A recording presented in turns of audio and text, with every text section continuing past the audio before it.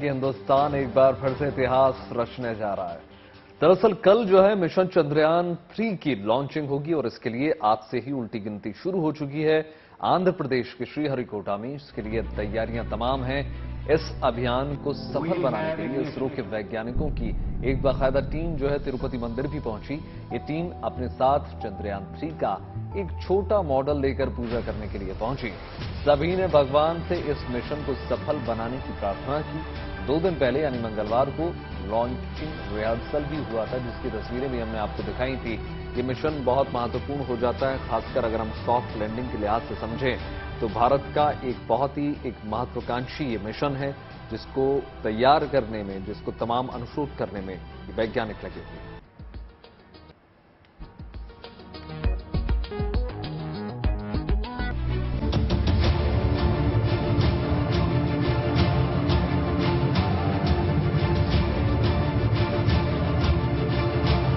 भारत के मिशन चंद्रयान 3 के लिए आज बड़ा दिन है।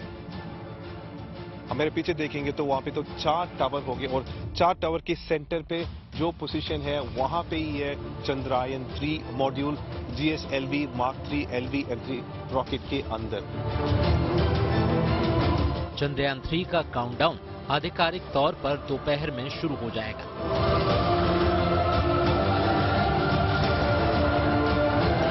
इसरो बोल रहा है कि इस टाइम ये लिखा चंद्रयान 3 तो जरूर सक्सेसफुल होगा।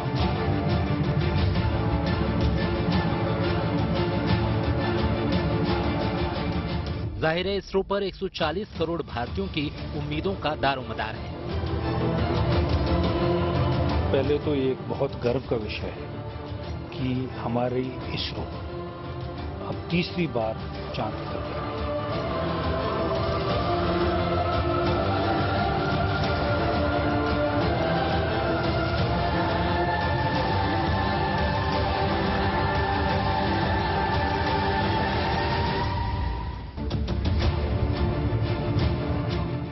बिल्कुल, ये इसरो और पूरे देश के लिए वाकई गर्व का पल होगा। आज से इसका काउंटडाउन शुरू हो रहा है, तो शुक्रवार को दोपहर 2:35 पर इसकी लॉन्चिंग होगी। इसकी लॉन्चिंग से जुड़ी एक जानकारी इसरो खुद देश के साथ शेयर कर रहा है। उसने इसी से जुड़ा एक ट्वीट भी किया। LVM-3 M4 चंद्रयान 3 मिशन की तैयारियों की समीक्षा पूरी कर ली गई है। बोर्ड ने इसकी लॉन्चिंग को मंजूरी दे दी है। इसकी उलटी गिनती आज शुरू होगी। इसकी लॉन्चिंग वेबसाइट isro.gov.in के साथ साथ फेसबुक और यूट्यूब पर भी दोपहर 2 बजे से लाइव देखी जा सकेगी।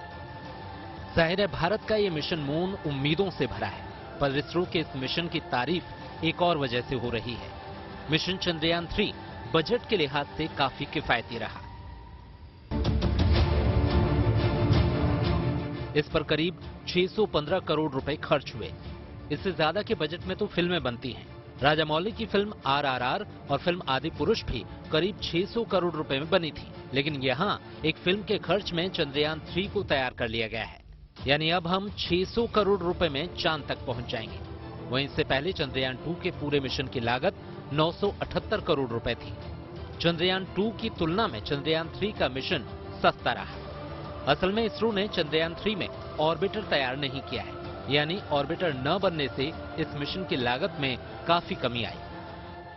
चंद्रयान 3 मॉडल पे अभी प्रोपल्शन मॉडल होगा, लैंडर मॉड्यूल होगा और एक रोवर होगा। इसरो का इंपॉर्टेंट मिशन चंद्रयान 3 पे सिर्फ इस लैंडर मॉड्यूल को लूनर सरफेस पे सॉफ्ट लैंडिंग करना है। वही इस इसरो का दिस टाइम मिशन का इंपॉर्टेंट एस्पेक्ट है।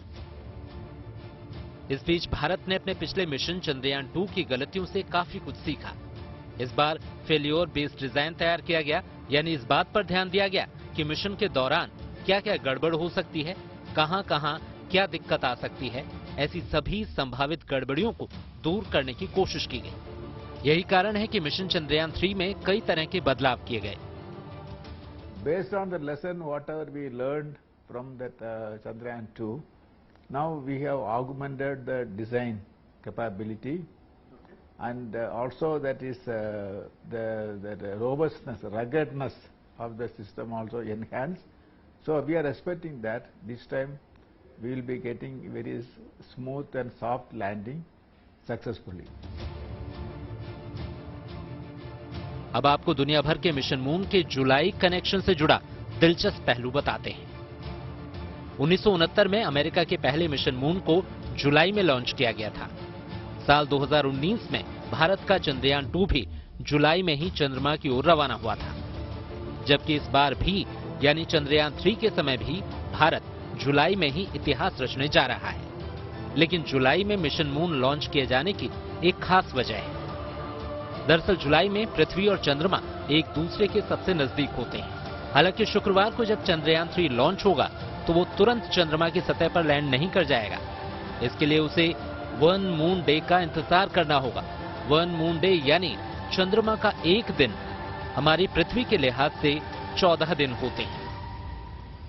जो विक्रम हमारा लैंडर है और प्रज्ञान जो हमारा रोवर है, वो वहां पर एक मून डे यानी कि 14 दिन अर्थ पर उतने समय पर रहेगा और वो अपनी प्रोजेक्ट्स को वहां पर करेगा, जिसके दौरान कुछ साइंटिफिक एक्सपेरिमेंट्स होंगे।